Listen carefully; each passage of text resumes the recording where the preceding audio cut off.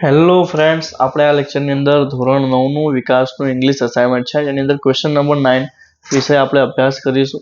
Question number 11 વિશે અભ્યાસ કરીશું.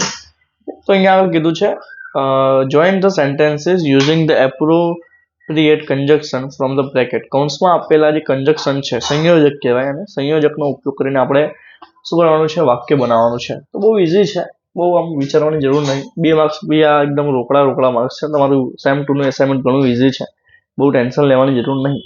ના આવડે તો અહીંયા આગળ આવતા રહેજો, તમને પાસ પણ અમે કરાવી દઈશું, કોઈ વાંધો છે નહીં.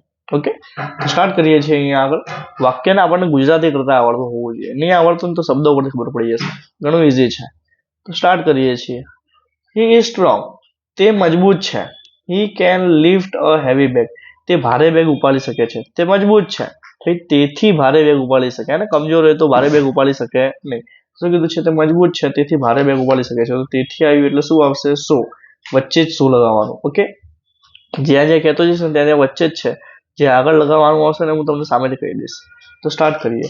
Ratan can not understand Gujarati. Ratan જે છે એ ગુજરાતી સમજી શકતું છે નહીં. He can not speak Gujarati. He એટલે કે તે, કેન નોટ સ્પીક એટલે કે બોલી નહીં શકતો ગુજરાતી એટલે કે ગુજરાતી.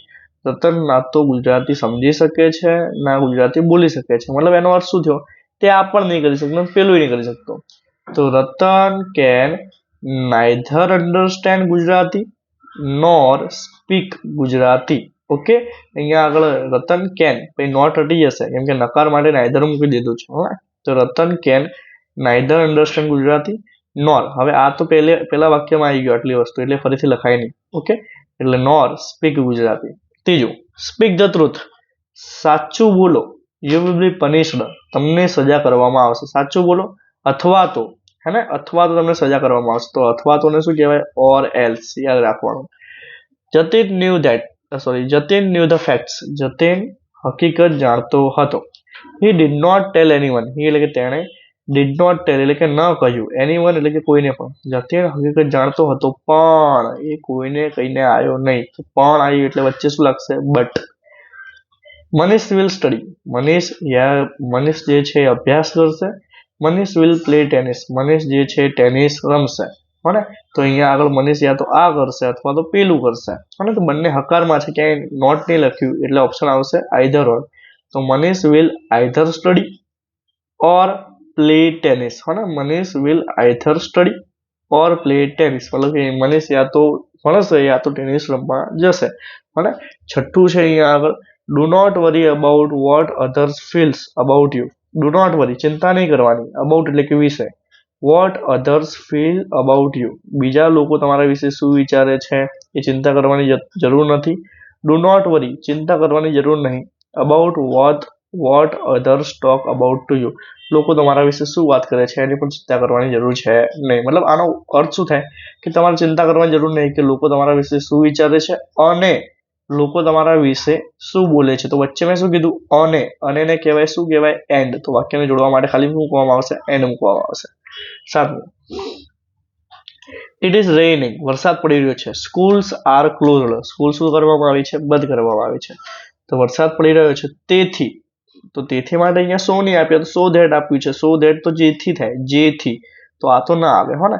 તો એના માટે શું મૂકવાનું છે? વરસાદ પડી રહ્યો છે તેથી ને કહેવાય બીજા શબ્દમાં therefore.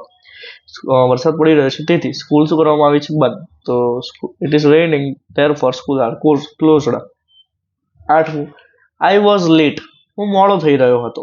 The teacher did not get angry, teacher ગુસ્સે થયા હતા નહીં. હું મોડો થઈ રહ્યો હતો છતાં પણ ટીચર મારી ઉપર ગુસ્સે થયા નહીં. તો છતાં પણ ને કહેવાય ધો. અને ધો ક્યાં લાગશે? વાક્યની શરૂઆતમાં, અહીંયા પહેલા લાગશે. અહીંયા પહેલા ધો લાગશે, પછી આઈ વોઝ લેટ, પછી અહીંયા થઈ જશે અલ્પવિરામ, પછી the teacher did not get angry. બસ વાક્ય પૂરું. ઓકે, નવમું છે, પ્લીઝ ટેક રેસ્ટ, મહેરબાની કરીને આરામ કરો. You are fit for the test tomorrow, જેથી કરીને તમે કાલની પરીક્ષા માટે કેવા હો? મજબૂત હો. મહેરબાની કરીને આરામ કરો, જેથી કરીને. તો જેથી કરીને આવ્યું એને કહેવાય સો ધેટ. જેથી કરીને, તેથી નહીં હો ને, જેથી. અહીંયા લખી દઉં, જેથી કરીને તમે કાલની પરીક્ષા માટે કેવા હો? મજબૂત હો. એટલે સો ધેટ. રન ફાસ્ટ, ઝડપી ભાગો. You will miss the bus, અથવા તમારી બસ સુધી જશે, છૂટી જશે. તો અથવા આવ્યું એટલે ઓર. 11મું છેલ્લા બે છે. હી વોઝ હર્ટ, તેને ઈજા થઈ હતી. હી કન્ટિન્યુડ ટુ પ્લે, એટલે કે તેણે કન્ટિન્યુ ટુ પ્લે એટલે કે રમવાનું ચાલુ રાખ્યું. તેને વાગ્યું હતું છતાં પણ તેને રમવાનું શું કર્યું? ચાલુ રાખ્યું. ઓકે, તેને ચાલુ રાખ્યું એના માટે શું આવશે? ધો. ને છતાં પણ એને ઈજા થઈ હતી છતાં પણ ને કહેવામાં આવે છે ધો. તો મેં હમણાં તમને વાક્ય રચના સમજાવી. ધો અહીંયા આવશે, હે ધો જે છે એ અહીંયા આવશે અને અહીંયા શું કરી નાખવાનું? અલ્પવિરામ. ધો હી વોઝ હર્ટ, અલ્પવિરામ, હી કન્ટિન્યુડ ટુ પ્લે. આગળ જોઈએ. Mansi is clever girl, Richa is clever girl. Mansi એ હોશિયાર છોકરી છે, રીચા હોશિયાર છોકરી છે. હે ને? તો માનસી અને રીચા બંને હોશિયાર છે ને, તો માનસી એન્ડ રીચા તો બે વ્યક્તિ થઈ ગયા. તો ઇઝની જગ્યાએ શું લાગશે? Are. Mansi and Richa are. A હટી જાય અને ક્લેવર ગર્લ નું શું જશે? Clever girls.